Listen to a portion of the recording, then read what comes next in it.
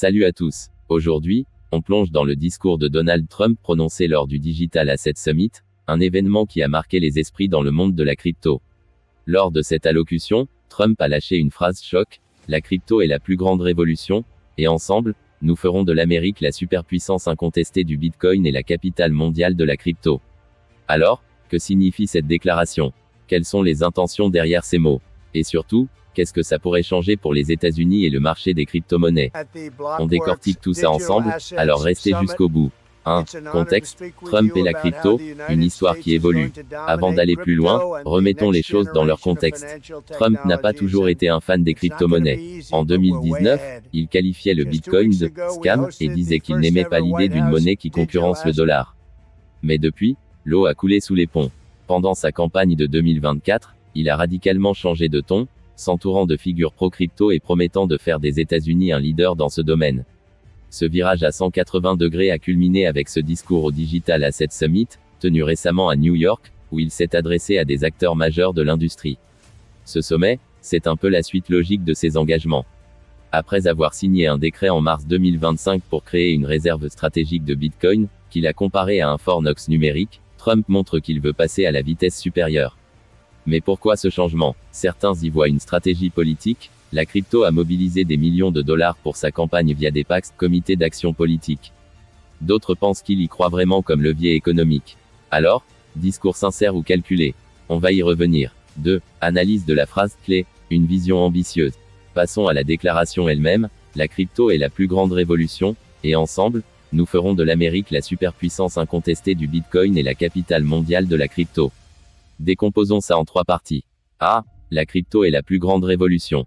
En qualifiant la crypto de « plus grande révolution », Trump pose un constat audacieux.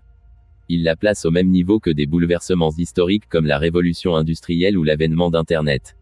Et il n'a pas totalement tort. Depuis la création du Bitcoin en 2008 par Satoshi Nakamoto, les crypto-monnaies ont secoué la finance traditionnelle. Elles offrent une alternative décentralisée, rapide et sans intermédiaire au système bancaire classique. Aujourd'hui, avec une capitalisation totale flirtant avec les 3 trillions de dollars, la crypto n'est plus une niche, c'est un phénomène mondial. Mais attention, cette formule est aussi hyperbolique. La crypto, une révolution? Oui, mais la plus grande. Ça reste discutable. Elle n'a pas encore remplacé les monnaies fiduciaires ni transformé nos vies quotidiennes comme l'électricité ou le web. Trump joue ici sur l'émotion, flattant une audience déjà conquise, les participants du sommet, tout en projetant une vision grandiose. B. Nous ferons de l'Amérique la superpuissance incontestée du Bitcoin. Cette partie est fascinante. En disant « superpuissance incontestée du Bitcoin », Trump ne parle pas seulement de domination économique, mais aussi d'un leadership technologique et stratégique. Il fait écho à son décret sur la réserve stratégique, qui utilise déjà les 200 000 bitcoins saisis par le gouvernement, environ 17 milliards de dollars aujourd'hui. L'idée: transformer ces actifs en une sorte de « trésor national numérique », un peu comme le pétrole ou l'or. Étant donné que la porte d'entrée vers Bitcoin passe par l'éducation, étant donné que la porte d'entrée dans le monde de crypto passe par l'éducation, étant donné que la compréhension de ce nouveau paradigme, de cette nouvelle technologie internationale inclusive qui donne la possibilité à tout le monde de pouvoir rentrer dans l'économie mondiale passe par l'éducation, nous avons lancé une formation 21 cours Bitcoin qui vous donne la possibilité de vous former en ligne et en présentiel. Alors en ligne, vous avez la possibilité de rejoindre notre application et de la télécharger pour un coût minimum de 50 000 francs CFA. Et vous avez dans la partie tutoriel de création de votre premier wallet, nous vous envoyons 10 000 francs, c'est-à-dire 20% de votre prix de la formation, d'achat de la formation. Donc pour la formation en ligne, c'est inédit. Voilà, c'est exclusif. C'est vraiment un cadeau que nous donnons à tous nos utilisateurs. Donc, 50 000 francs le coût de la formation, 10 000 francs qu'on vous envoie en Bitcoin lorsque vous allez créer votre premier wallet. Donc, ces 10 000 francs, ils seront à vous. Voilà, on vous les enverra en Bitcoin.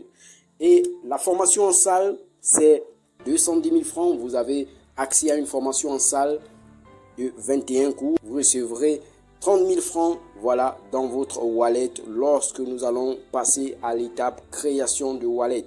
Donc la formation se déroule en 21 jours et cette formation vous donne la possibilité de recevoir une éducation sur Bitcoin et les cryptos en général intelligente et prudente pour que vous ne fassiez pas les erreurs que beaucoup ont commis. Parce que, sachez-le, Bitcoin vous donne la responsabilité totale de votre patrimoine financier. Mais il y a un paradoxe. Vous éduquer, Le Bitcoin a été conçu pour échapper au contrôle des États.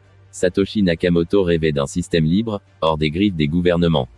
Alors, quand Trump parle de « dominer » le Bitcoin, ça peut faire tiquer les puristes de la blockchain. Est-ce qu'il veut vraiment soutenir la décentralisation, ou juste s'approprier la crypto pour renforcer le pouvoir américain? C'est une tension qu'on retrouve dans tout son discours. La capitale mondiale de la crypto. Enfin, la capitale mondiale de la crypto, c'est une promesse de rayonnement global. Trump veut que les États-Unis deviennent le hub incontournable pour l'innovation, les investissements et les entreprises crypto.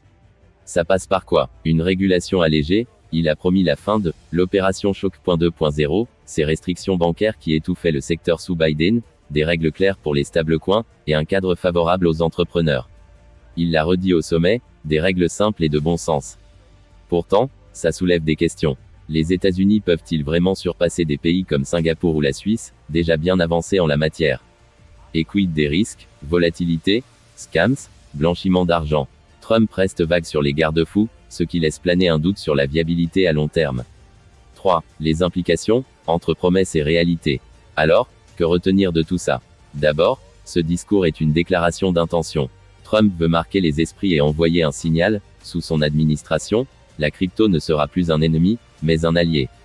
Il l'a prouvé avec des actions concrètes, abandon des poursuites de la SEC contre certaines entreprises crypto, nomination d'un crypto-tsar, comme David Sachs, et ce sommet inédit. Mais il y a des zones d'ombre. Premièrement, le conflit d'intérêts. Trump est impliqué dans World Liberty Financial, une plateforme crypto, et a lancé son propre meme coin, Dollar Trump. Si les États-Unis boostent la crypto, il en profite directement. Ça pose un problème éthique, est-il là pour le bien public ou pour son portefeuille? Deuxièmement, l'absence de détails. Comment financer une réserve plus ambitieuse sans taxer les contribuables? Quelle régulation exacte pour les stablecoins? On reste sur notre faim. Enfin, il y a le risque d'un décalage idéologique. La communauté crypto est diverse, certains veulent une adoption massive via les États, d'autres défendent une liberté absolue. Trump penche clairement pour le premier camp, mais il pourrait perdre le second en chemin. 4. Conclusion, un tournant historique ou un coup de com'. En résumé, ce discours est un mélange de vision, d'ambition et de pragmatisme politique. Trump voit dans la crypto une opportunité économique et géopolitique pour les États-Unis, et il est prêt à mettre le paquet pour y arriver. Mais entre les promesses flamboyantes et la réalité, il y a un fossé. Si les États-Unis deviennent vraiment la superpuissance du Bitcoin, ça pourrait redéfinir la finance mondiale. Sinon, ça risque de rester une belle histoire pour galvaniser ses soutiens. Et vous, qu'en pensez-vous? Est-ce que Trump peut tenir parole? La crypto est-elle vraiment la plus grande révolution? Dites-le moi en commentaire, et si cette analyse vous a plu, n'oubliez pas de vous abonner, de liker et de partager la vidéo. Votre soutien nous aide à continuer à décrypter l'actualité pour vous. On se retrouve bientôt pour d'autres analyses, alors restez connectés.